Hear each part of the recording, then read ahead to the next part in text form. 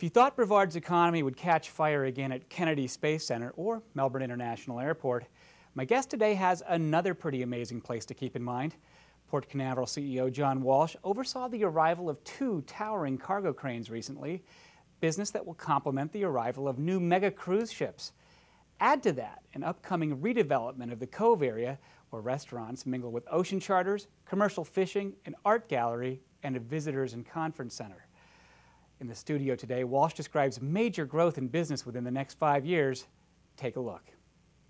John, you and Port people are talking about twins that just arrived. Explain. Well, we have 2 new container cargo cranes. They're called ship-to-shore cranes that have arrived in the harbor recently, and that's the start of a whole new business line for us to be able to be in the container business. And a number of years ago, shipping, which traditionally was all what was either bulk or break bulk material, and break bulk was they'd unload ship 1 pallet or 1 drum at a time. Really no different than done in the 1700s when our country was founded. Changed to putting things into containers so that there was a standardized unit. And it has taken off where it really is the norm. And we didn't have cranes in the past, so now we can bring ourselves about 30 or 40 years into the future, because we were quite frankly behind the times a little in containerization, and be able to become a key supplier throughout the Central Florida area for all the goods and products that need to come into Florida and potentially export from Florida as well. What are these cranes going to look like? I mean, it sounds like they may be the tallest thing out there. You might be able to see them from Merritt Island, Canaveral. You know, I have not been up on a bridge yet to have the view come in, but they're taller than our exploration tower.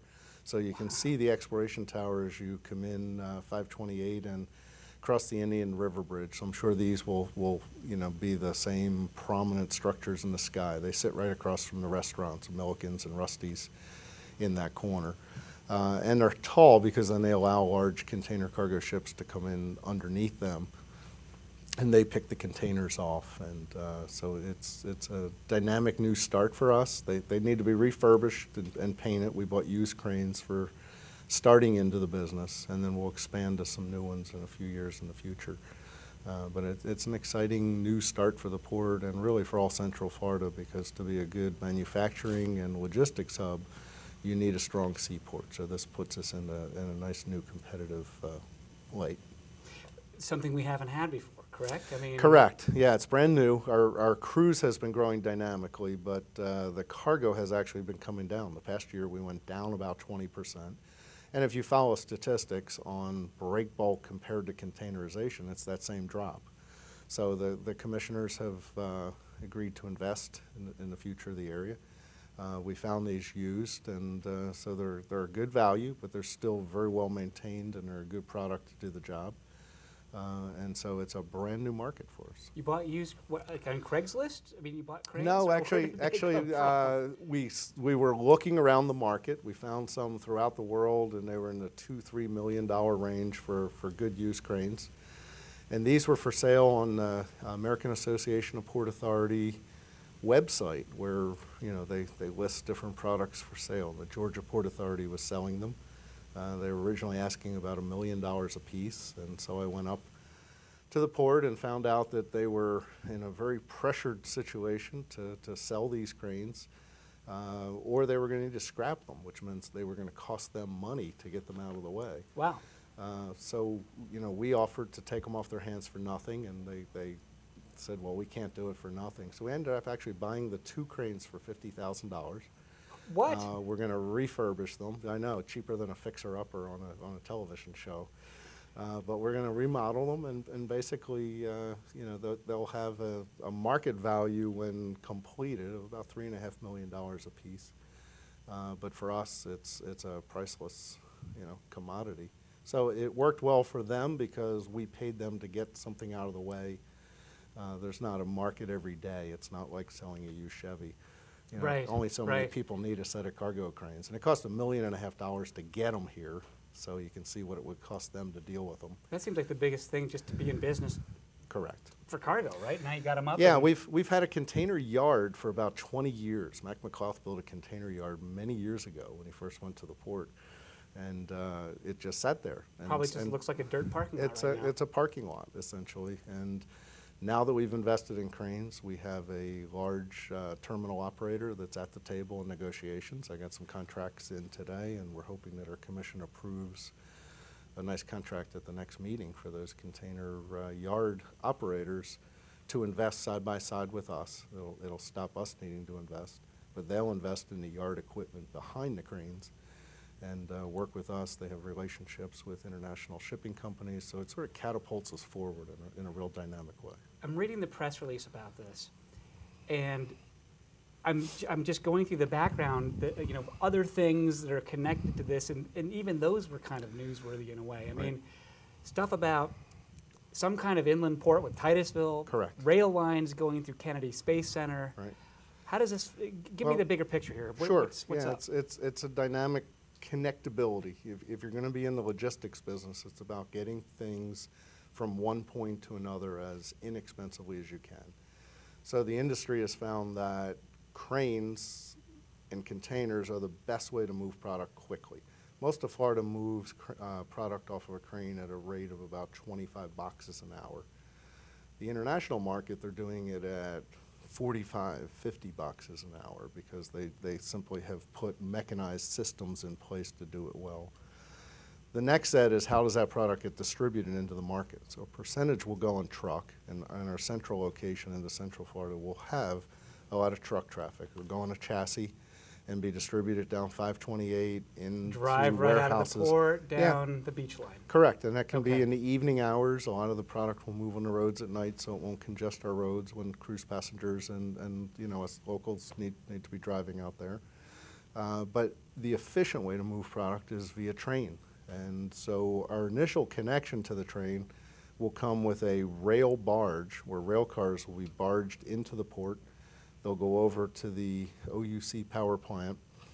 A barge gate will come down onto the barge, and the rail cars can actually be rolled across Route 1 to a siding that's existed there for many years.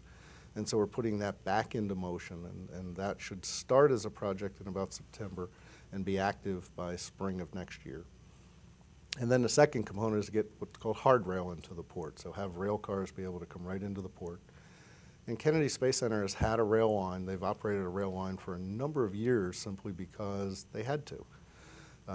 They have 17-mile track coming off of the FEC line in Titusville into Kennedy Space Center for the potential of running a load or two every 2 or 3 years.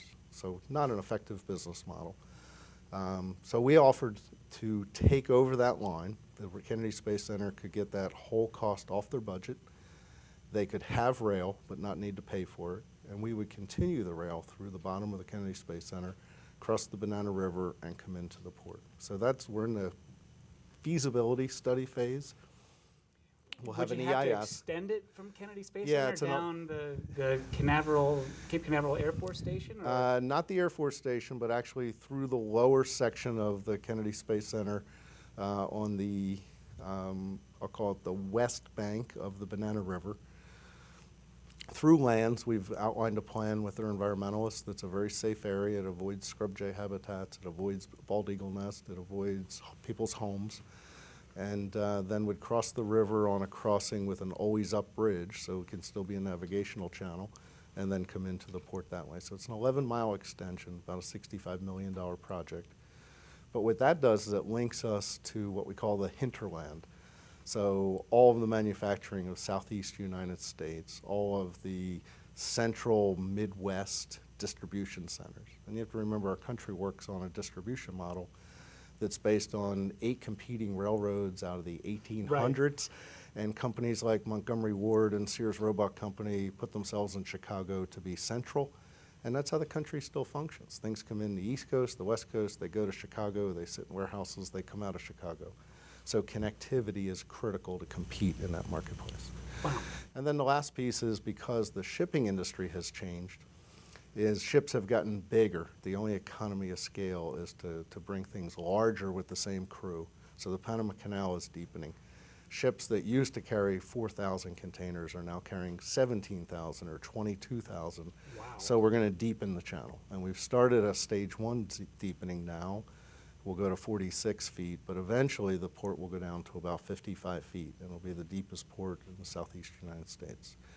And the good news with that is that we don't have the same restrictions, like Savannah and Jacksonville are 22 miles upriver. So the cost to dredge, their first phases are $750 and $800 million. Wow. We can be at 55 feet for $125 million. And we're a 3-mile in and out of the port. It takes 45 minutes. So time is money in today's shipping world. So it puts this port at a very strategic position to really be a major logistics hub. That then becomes a inland strategy to take areas like Cocoa and Port St. John and Titusville, as well as East Orange County, and begin to say, okay, now warehouses and distribution centers and all the jobs that come with those can be here to sort those products and services. And it can really take land that right now is being underutilized and a community that has suffered from, the downturn of one industry and create a new industry. So we like to joke a little bit and say, well, we are defining a new definition of Space Coast, but our space is warehouses and containers and shipping holds. And so we can have both. It's sort of like have your cake and eat it too here on the Space Coast. We can have two definitions of space and win both ways. Well, that begs the biggest question of all is does the market want this? What have you seen so far on this? Are there? It's been very positive. I mean, the container terminal group that we're negotiating with is, they play all over the world. And they like this model. It makes sense to them.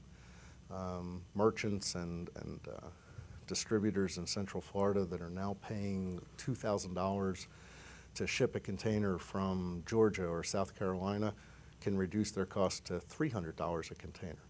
So if I'm a company like Rooms to Go or Disney that may bring in several 100,000 containers, $1,500 savings per container is a pretty dynamic business sales call. And so, it's been warmly received. People are hearing it, they're listening to it. A company like Flagler Development that's working with the city of Titusville is going to develop 450,000 square feet of distribution warehouse. So an astute real estate development company is seeing the logic of this, and we're just one of the players in it, but for a community, it is a lot of positive. And then, of course, the warehouses lead to construction jobs. People furnish those offices. The automated warehouses today are robotics and conveyors. That's another whole industry. And so we can take some of that technology that was developed in the Space Coast, like robotic arms, and it comes into warehouses in our buildings. And so technology, helps make these very efficient moves. Should we be thinking about this in 20-year spans here, 10 years, 5 years? In as little as 5, what we anticipate is we'll see about 5,000 new jobs in North Brevard County. About 500 or 600 of those on the port, most of those back on the logistics side of trucking companies. And then what grows out of that is a whole series of small businesses, family-owned businesses that can be in the truck supply business, the equipment supply business. Those people need to eat. Packing the containers, have a correct. less than the container, that kind of a thing. That's correct. I mean, it grows exponentially as it comes out. Our early numbers are 10 to 15,000 jobs by 10 years out. And so that gives us a whole new face. So while we bring high-tech companies around the Melbourne airport, we can also have low-tech and basic business lines, but those then integrate into a whole array so that no matter what someone's educational background or experience is, we have a feeling they deserve a job too. So you have this broad spectrum of jobs that everyone in our community can prosper, work hard.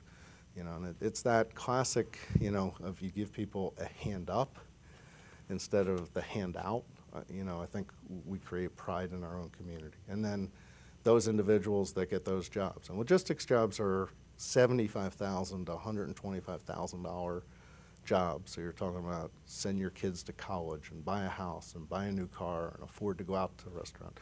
We hope that they can afford to take a cruise because that's our other side of our business. Right. Let's talk about that a little bit. big new deals Yeah. for the cruise. Yeah. Exciting. Gosh, it's kind of hard to sort out the press releases about the cruise lines from the It is. from the cargo stuff right now. Bring us up to speed on that. It is. You know, sometimes I'd love to take the credit for it, but I can't, because it becomes a combination of that. Those that came before me here set a business model in motion, from Chuck Rowland to Mac to Stan, and you know, they all set up this model that was well done on cruise. And so we just take that and we want to grow it and reach a little bit further in the process. And you know, the logic is that the Caribbean cruise and the Bahamas cruise are two of the most popular cruises in the world. So we're lucky that we have this location. If we didn't have this location, we wouldn't have the success that we're having. The tie into Central Florida and our beaches are phenomenal, because people can really get 2 vacations in one. They can come to the beach, they can come to theme parks, and they can go on a cruise. It's not the family decision. And you know, when I used to live up in the Northeast, we would have that. Do you want to do a cruise or a theme park? Well, if we go out of Port Canaveral, we can stop and see the latest Harry Potter or the latest Disney ride and spend a day or two, and then we can relax on the cruise. So that is helping us a lot. And then the other factor is South Florida is getting built up. It's very dense there. They don't have the room for these larger cruise ships, and we have room. So the fact that we grew slower and we have a port that has room in it is on our favor right now. We have a healthy balance sheet, so we can afford to build. We have banks that are willing to lend to us. Some of the other ports are tapped out in their borrowing capacity. So it's just a nice story coming together, and then developing relationships with those cruise lines. So there's a new terminal that's going to be built, and there was the whole issue with where's the boat ramp for the fishermen, all that kind of stuff. And I go, Right. What is that new terminal for? It's for... It is right now going to be used for Royal Caribbean, Okay. so it'll let them expand their business model. The Explorer of the Seas comes in this fall, so it gives us more terminal capacity as we receive that ship. In the future, they're analyzing the port for larger ships. They've made commitments to us to increase business in the next 2 years by 25%, and then in the years 3 and 4 after that, a 50% increase in their volume. So and then there's also, is it Norwegian? Norwegian has just brought us a new home port ship that will start. It's the NCL Spirit, and she is going to sail starting fall of 2015.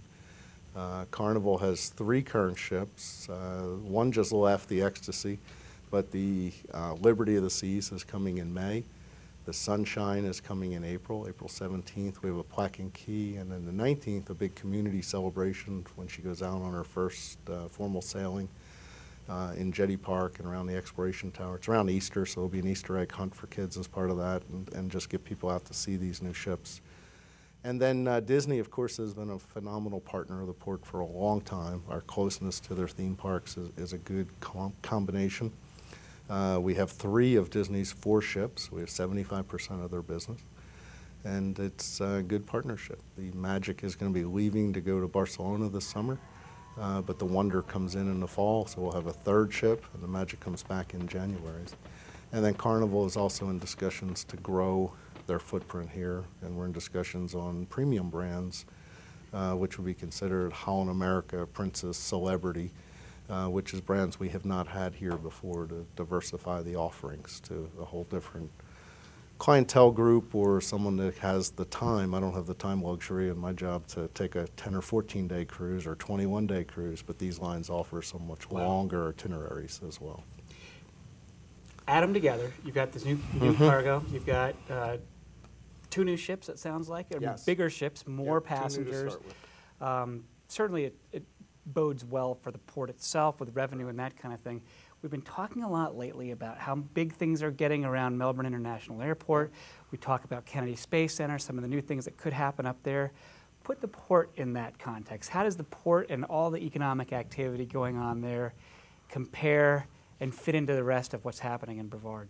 Well, we don't like to compare, but at the same time, I think it's just all good news. And so for a vibrant economy, to have all these things happening, you know, some new private space, the Orion and heavy lift programs that NASA's working on, the port sizing. The port has moved now that there's about 17,000 people whose jobs are interrelated to the port activity. 7,500 people working directly on the port property. You know, we have 4 million passenger movements in and out of the port. That will grow to 5 million next year, 6 million by 2017, 8 million within the next 10 years, so doubling in size. So I think our explosive percentages of growth will continue for the foreseeable future, and the cargo will diversify into different markets. So I see all these things complementing each other. We're not competing against each other. We're just building different faces and different aspects. The cruise business helps the hotelier business. It'll help, I think, change the face of City of Cape Canaveral and Cocoa Beach as the hoteliers realize that these new cruise customers coming in are looking for more varied product. So I think we're going to see some nicer hotel development in the coming years. We have heard from, and I know the local real estate people have heard from, name brands that maybe have ignored some of the coastal communities for a number of years, and so they realize as this passenger count comes. And then I think they're segued together as we talk about space tourism. You know, cruise passengers that get off, like when the AIDA, the Seas comes, or the Royal Caribbean ships that come for port of calls, that leads to 1,000 people a day sometimes going up to Kennedy Space Center. And so they learn that space isn't over. You know, some people in the world think when the space shuttle stopped, that space was over. And they learn that there's a dynamic market. Our exploration tower sells, you know, that of, you know, that we're going on to missions to Mars and, you know, the low orbit satellites and the private industry. So I think it all just segues and gels together, and it's exciting to be part of a community that is no longer looking at its past, but looking at a new future. What did you do before you were Port CEO? I was in the real estate development business, and I sold out of a portfolio that I had and sold some assets. And this was me coming back in, and I started my career in general construction on the waterfronts up in Philadelphia, the Navy Yard and loading facilities, so it was sort of like a come home again. And I think that once you worked around the sea and the waterfront, it always calls to you. But I look at the port as being a real estate asset, and so how can we best utilize it? And it's a publicly owned real estate investment trust, if you would. And so it's owned by the citizens of Brevard County. And so it's how can we provide the most value to the people that own this asset? And so it's creating jobs, it's creating economic impact. We're at $3.5 billion worth of net economic impact that comes into the region out of the port right now. That will continue to grow dramatically. And then there's a sense of pride, and I think that's why we got into the issue on the boat ramp, is that people are proud of their part in this port, and they didn't want it to change, but now people are starting to see that change isn't always a bad thing. It can be a good thing, and we can share the port as recreational use and cruise and just quiet enjoyment in Jetty Park or in the restaurants and the waterfront, and that you don't have to give up the past. You can keep your unique character as you grow. And so we're working hard to make sure that happens with the cove development and the other aspects of the port, that what we treasure stays, but then the undeveloped parts develop progressively and nicely. One of the kind of the trendy developments that's happening in California and some other places, you hear about mixed use, and usually it's about shops and condos, right? Yes. Yeah. But the cutting edge now is light industry, an area's signature industry. In my hometown, it's kind of the wine country and artisan foods and crafts and things, and they mix that in with restaurants and things. And I was up touring the Cove the other day, and you have it. It's right there. You have this combination of old world fishing and real food and charter right next to great places to eat and drink and hang out. And it's almost like, wow, you were like a step ahead, but you're already talking about redeveloping that some. It is. Well, what we want to have is, you know, no one wants the landmarks like Grills or Rusty's or anything to stay, so all that is going to stay. I hear that constantly from people. Nobody wants them to go. No one wants them to go. Yeah, right. No, I'm sorry, that's not true there. You know, in essence, people love the tradition of sitting on that dock and watching boats go by, and so we want that too. Best PR in the world. Yeah, and you can't replace that feeling. My wife and I and my kids, when they come to town, we you know, take advantage of that often. But it can be more, And so sometimes you go there for dinner and then you come out and there's nothing to do. So what we want to create is, just like websites today, try to create that stickiness. What gets people to want to come more often? What gets people want to stay? And so we want it to be a mix of family entertainment. So we're working with folks like at the Brevard Zoo to say, hey, how can you interface with the port or the ecotourism business that I think people want real experiences? How can that segue in and out of the port so that the cruise passengers start to appreciate who we are and what we are as Brevard County? And even if it's just a family getting together over 3 generations and coming out to the port and going through the exploration tower, having dinner or lunch together on the waterfront, watching the cruise ships go out, take a stroll, go through the Wyland Gallery opens tonight, a grand opening. So a great environmental artist has now opened a gallery in the port, and he's looking to maybe paint some of our large structures for some of his public artwork as well. Oh, neat. So it's how you connect all those dots. And so we've seen some sketches from some of the developers. In the next 2 months or so, we're going to select a final developer to work with us, because we want to keep the port's money becoming the economic engine on the cruise and the cargo side, and then integrate private sector into developing more of the restaurants. And so, the way Monterey recreated its old fishing village but kept the character of it is, I think, a good example. They built an aquarium there. They did other aspects. They've got galleries and shops and retail and, artist galleries where you can come have a glass of wine and learn to paint. Maybe some people will be able to take advantage of that, and maybe even have a hotel or 2 integrated, so it's got a vibrancy to the street for longer hours. And then we're looking at some type of venue center. We were looking at an amphitheater, and our thought now is to make it an indoor-outdoor, so it can host functions, business events, youth sporting events, and just, again, bring more people out of Central Florida to the coast. Maybe that's the purpose. They come once, and then the realistic fun that they can have here becomes the reason they come back. Well, that's our show. I'm Matt Reed. Thanks for watching. We'll see you right here next week on WEFS and FloridaToday.com.